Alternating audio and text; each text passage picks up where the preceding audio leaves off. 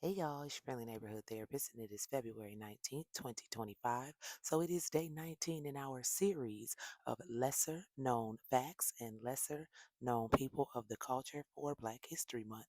So today I want to focus on someone I mentioned the other day when we spoke about Dunbar High School in Washington, D.C. This gentleman was another person of first who broke several barriers at a time where it was just very much not typical, very much not accepted among the majority population.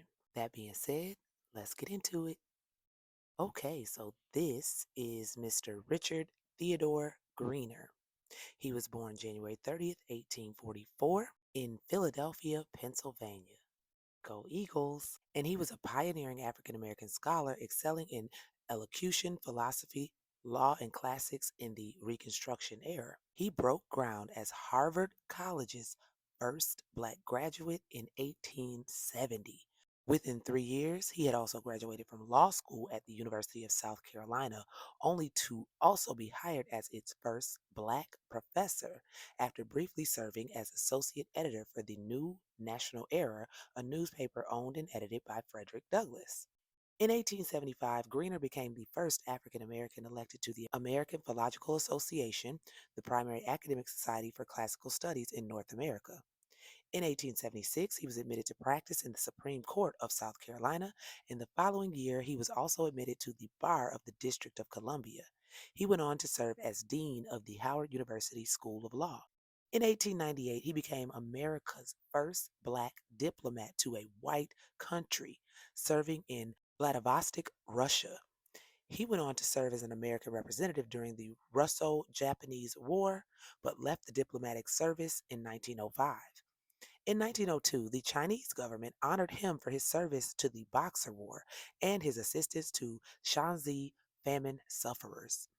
Liberia's Monrovia College awarded him an honorary doctorate of law in 1882, as did Howard University in 1907. Phillips Academy and the University of South Carolina both grant annual scholarships in Greener's name. Phillips Academy also named a central quadrangle after Greener in 2018. The same year, the University of South Carolina honored him with a statue. Now, as far as his early life, Richard Greener again was born in Philadelphia, Pennsylvania, and he moved with his family to Boston in 1853, where black children were unable to attend public school. The Massachusetts legislature did not prohibit school segregation until 1855. Only months after moving to Boston, Greener's father, Richard Wesley, left to participate in the California Gold Rush and never returned. After being homeschooled in his first year in Boston, Greener enrolled at Broadway Grammar School in Cambridge, Massachusetts, where there were already integrated public schools. Now, that's an interesting point. There were integrated schools in the North before Brown versus Board of Education. Brown versus Board of Education was specifically for schools in the South. Greener dropped out in 1855 to financially support his mother, working as a clerk and office boy at various businesses. However, he continued to educate himself. He attended meetings and lectures held by anti slavery and women's rights activists, including Frederick Douglass, whose lectures he attended at every opportunity.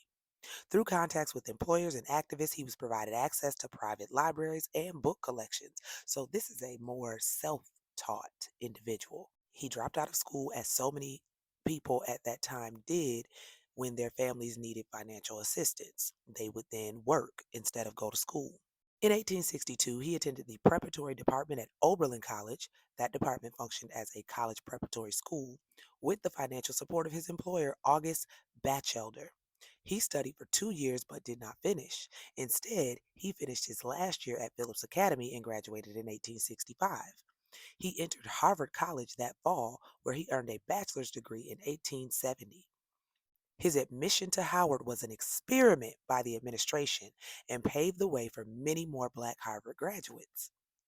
While at Harvard, he earned the Bowdoin Prize for Elocution twice, which the Rochester Daily Democrat mentioned in an article August 16, 1869.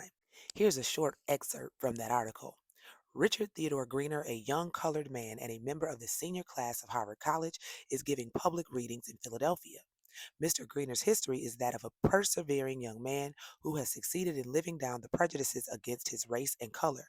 and attaining by industry, ability, and good character a position of which he may well feel proud. His course at Harvard has throughout been honorable. He is the first colored youth who has ever passed through that college.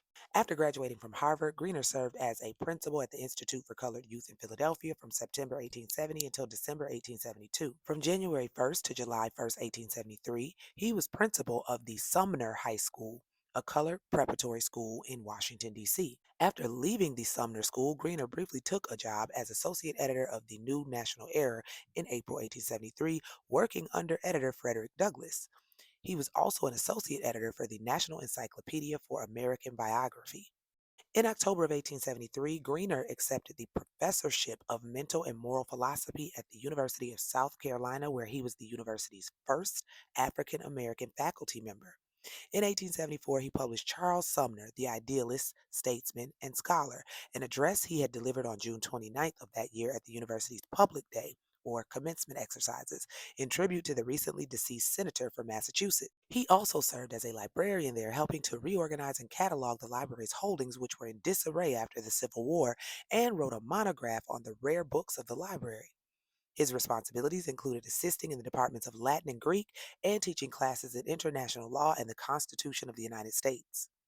In 1875, Greener became the first African American to be elected a member of the American Philological Association, which is the primary academic society for classical studies in North America. Greener graduated from the law school at the University of South Carolina and was admitted to practice in the Supreme Court of South Carolina on December 20th, 1876. In June of 1877, following the end of Reconstruction in South Carolina, the university was closed by Wade Hampton III. Greener moved to Washington and was admitted to the bar of the District of Columbia on April 14th, 1877. He took a position as a professor at Howard University Law School and served as dean from 1878 to 1880, succeeding John H. Cook. He also worked on a number of famous legal cases. He was associate counsel of Jeremiah M. Wilson in the defense of Samuel L. Perry and of Martin I. Townsend in the defense of Johnson Chestnut Whitaker in a court of inquiry in April and May of 1880, where Townsend and Greener successfully gained Whitaker release and the granting of court martial. Greener assisted Daniel Henry Chamberlain in Whitaker's defense during the court martial. As far as his public service and activism, from 1876 to 1879, Greener represented South Carolina in the Union League of America and was president of the South Carolina Republican Association in 1877 and was active in Freemasonry. Now, be clear, this is one of those situations where people like to claim that the parties never switched. Most black folks, right after slavery, right after the Civil War, during the Reconstruction era, were Republicans because Abraham Lincoln was a Republican. So for them, it was the party of the Republicans that freed the enslaved. However, we are all well aware that a party switch occurred. So we are not going to pretend like the Republicans of 1870 are the same Republicans of 2025. Okay? In 1875, Greener was appointed by the South Carolina Assembly to a commission to revise the South Carolina school system.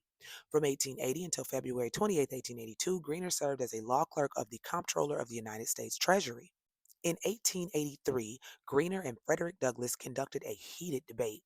Greener and the rising generation of black leaders advocated moving away from political parties and white allies, while Douglass denounced them as croakers.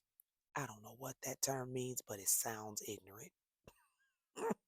Sounds like he was throwing shade. But pay attention to that. Greener and several other black leaders advocated moving away from political parties and white allies. I am a major proponent of moving away from political parties. I do believe we need to dismantle the two-party system altogether. But anyway, Greener, who nonetheless still respected Douglas's achievements, helped organize a major convention to present black grievances to the nation. Decades had passed since the Civil War, the Emancipation Proclamation, and years since the passage of the 14th and 15th Amendments, but these advances had been rolled back or left unenforced while Jim Crow laws spread in the South. Greener joined younger black leaders in questioning Douglass, who remained loyal to the Republican Party that had first fought for black freedom, but then abandoned the cause. Yep, had to say that really loud so you can understand that The shift in the parties occurred way back then, or started to occur way back then, and they noticed it and they did not want to be a part of it anymore. Douglas accused Greener of writing anonymous attacks motivated by ambition and jealousy that charged the older leader with trading off the colored vote of the country for office. From 1885 to 1892, Greener served as secretary of the Grant Monument Association, where he led the initial fundraising effort that brought in donations from 90,000 people worldwide to construct Grant's tomb. From 1885 to 1890, he was chief examiner of the Civil Service Board for New York City and County. In the 1896 election, he served as the head of the Colored Bureau of the Republican Party in Chicago. Just as Greener opposed Douglas, he was on the Washington side of the growing split in the African American world. On the one side was accommodationist and therefore politically powerful and adequately funded Booker T. Washington. On the other were Monroe Trotter, W.E.B. Du Bois, and their followers who insisted that under the Constitution they had rights and that those rights should be respected. From it were born the Niagara Conferences and from them the NAACP. Greener was so closely allied with Washington that Washington sent him to the Second Niagara Conference with the explicit charge of spying and reporting. In 1898, Greener was appointed by President William McKinley as General Consul at Bombay, India. Soon he accepted a post as United States commercial agent in Vladivostok, Russia. He successfully served as an American representative during the Russo-Japanese War, but left the diplomatic service in 1905. In his personal life, Greener married Genevieve Ida Fleet on September 24th, 1874, and they had 6 children. Greener separated from his wife upon learning that she listed their family as white on the census. This would harm all the work he was doing in his fight for civil rights. After his posting to Vladivostok, he took a Japanese common law wife, Mishi Kawashima, with whom he had 3 children. That's interesting. Now, this man was of lighter skin. We're not going to pretend. We're not going to pretend that we don't understand the concept of passing. But every black person who could pass didn't choose to pass. And he knew that what his first wife did would ruin any work he was trying to do for the black community. And he also didn't want to pass. Now, though Greener and his first wife never divorced, her and her daughters changed their name to Green to disassociate themselves from him so that no one would know that they were African American. One of his daughters, Bella DaCosta Green, became the personal librarian to J.P. Morgan and passed for white her entire life. Greener settled in Chicago with relatives. He held a job as an agent for an insurance company, practiced law, and occasionally lectured on his life and times in his later life. He died of natural causes in Chicago on May 2nd, 1922, at age 78, and was buried at Graceland Cemetery. His Harvard diploma and other personal papers were rediscovered in an attic in the south side of Chicago in the early 21st century. A great deal of discussion surrounds where the papers should be archived. Currently, Greener's papers are housed in the New York Public Library and the University of South Carolina libraries. As far as his legacy, along with having accomplished many African American firsts, Greener earned several awards in his lifetime. In 1902, the Chinese government decorated him with the Order of the Double Dragon for his service to the Boxer War and assistance to Shansi famine sufferers. In 1984, Larry Francis Lebby painted a portrait of Greener, which is on display at the University of South Carolina. And on February 21st, 2018, a 9-foot statue of Greener was unveiled at the University of South Carolina, and it stands in front of the Thomas Cooper Library. So this man had a very fascinating life. He did a whole lot of firsts. He broke a whole lot of barriers. And I think one of the most important things to note are his dissent from Frederick Douglass's stance and his adamancy of being a black man. Not a black man who could pass, not a white man, but a black man. All right, y'all. I hope y'all learned a whole lot about Mr. Greener here. And I hope y'all join me tomorrow for day 20 in our series of lesser known facts and lesser known people of the culture for Black History Month.